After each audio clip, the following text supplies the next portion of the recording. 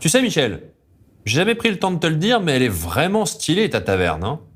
Un décor pareil, là, tu sais ce que ça m'inspire comme soirée? Ouais, je sais, moi aussi. Mais le problème, c'est que j'ai développé une allergie au latex. Alors, moi, je pensais à des soirées jeux de rôle, Michel. Oui, moi aussi.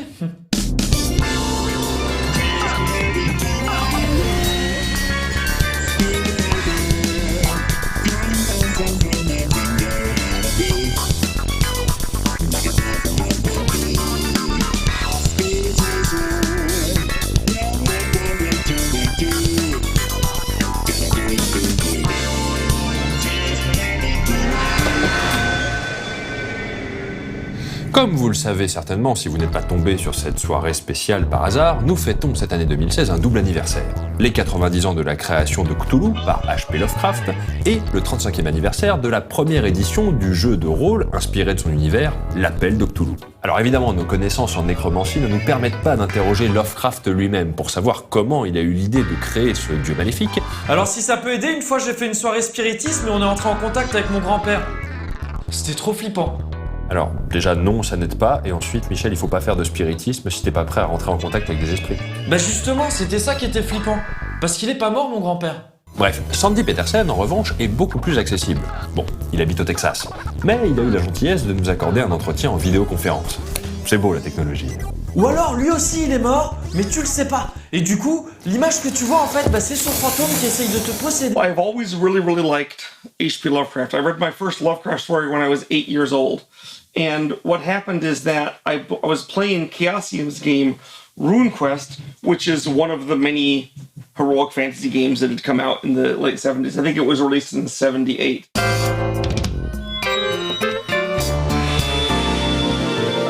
And my friends are playing it, and I had a friend who knew the president of Chaosium, Greg Stafford. He got me to phone him. And I told him I had ideas for it, and I published a small book of monsters, and I put Lovecraft monsters into it for RuneQuest. Then I called Greg and I said, I proposed I'd like to do a expansion for RuneQuest based on Lovecraft's Dreamlands area, because the Dreamlands were heroic fantasy. I didn't have the idea of myself in doing a horror game for them this time. Eh oui, révélation! La première idée de Sandy Petersen était d'adapter l'univers fantasy onirique de Lovecraft pour RuneQuest, pas de créer un jeu d'horreur et d'enquête basé sur les écrits de l'auteur. Mais bon, parfois les astres sont propices. However, I was doing a horror game that I called American Gothic that I developed with my own system. And Greg Stafford wrote back and said he didn't want to do Dreamlands for RuneQuest because he was doing a game for a modern era horror game. And that got me really interested, and I said, oh, well, is there any way I can help with this? I can edit it or do anything. And then they said, well, you've never missed a deadline, you know all about Lovecraft, so we're basically taking the game away from the guy we have working on it, and they gave it to me.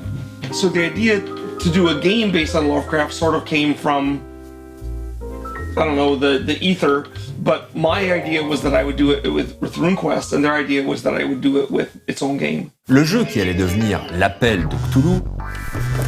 Allô? Oui, salut, c'est Cthulhu. Pour l'appel de Cthulhu. Ce jeu, donc, a finalement utilisé le système de RuneQuest, appelé le système basique. Chaosium said, we want you to use the basic role-playing system for it, because we're trying to turn that into its own system. And I said, okay. And I thought basic roleplaying was actually better than the system I'd come up with, so I adapted it for Call of Cthulhu, and there we are. Ce que Sandy Petersen ne soupçonnait pas, c'est que le succès du jeu de rôle L'Appel de Cthulhu allait créer un regain d'intérêt pour l'œuvre de Lovecraft, alors tombée dans l'oubli.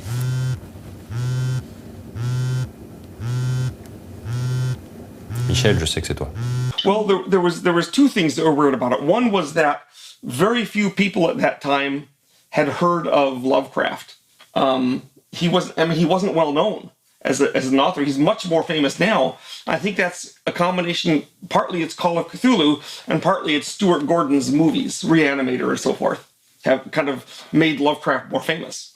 Well, what happened is that the few players who did know about Lovecraft, were thrilled to see a game called Call of Cthulhu, and they rose up in all their hundreds to buy it. And then other people started playing it because they thought, oh, a horror game, that sounds fun. Et 35 ans plus tard, l'appel de Cthulhu reste toujours aussi populaire, avec 7 éditions et des dizaines de suppléments. Le jeu est en passe de devenir un grand ancien. And I thought it was going to be this obscure little role-playing system that would go out and sell maybe 3,000 or 4,000 copies, and I'd be proud of myself for having done it, and then it would never be heard of again. It was too obscure. Lovecraft wasn't well known.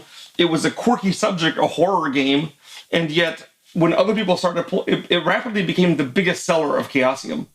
And in fact, for like the last 10 years, until Moon Design took over Chaosium, it was pretty much their only game that they were selling, you know, with all the expansions. It was a natural for supplements because like doing horror adventures isn't trivial. You can't just make a dungeon. So it was really good at selling expansions. And of course, once it succeeded, a lot of other companies came out with their own horror games, you know, and those are all pretty much gone now, except for in the 90s, Vampire the Masquerade came out with a kind of a different ethos.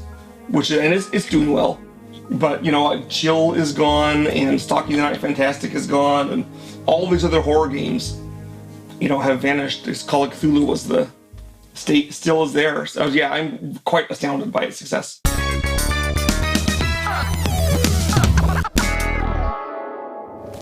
Et si l'on devait retenir une maxime de toute cette histoire, eh bien ce serait celle-ci. Finalement, le succès, c'est comme une bière.